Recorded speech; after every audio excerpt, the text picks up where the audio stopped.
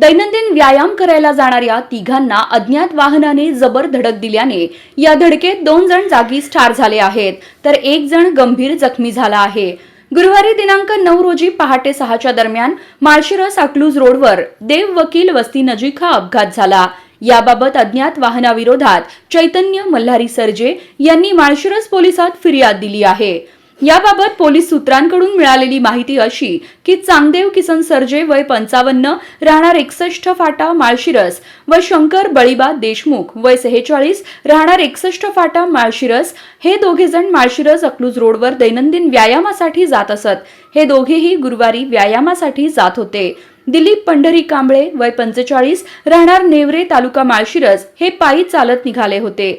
सकाळी हे तिघेही माळशिरसकडून अकलूजकडे चालत निघाले असता माळशिरसकडून अकलूजकडे जाणाऱ्या अज्ञात वाहनाने या तिघांना पाठीमागून जोरदार धडक दिली. यात चांगदेव सर्जे यांच्या डोक्याला जबर मार लागल्याने व दिलीप कांबळे यांच्या पोटावरून वाहनाचे चाक गेल्याने रक्तस्त्राव होऊन हे दोघेही जागेवरच ठार झाले. शंकर देशमुख हे गंभीर जखमी आहेत.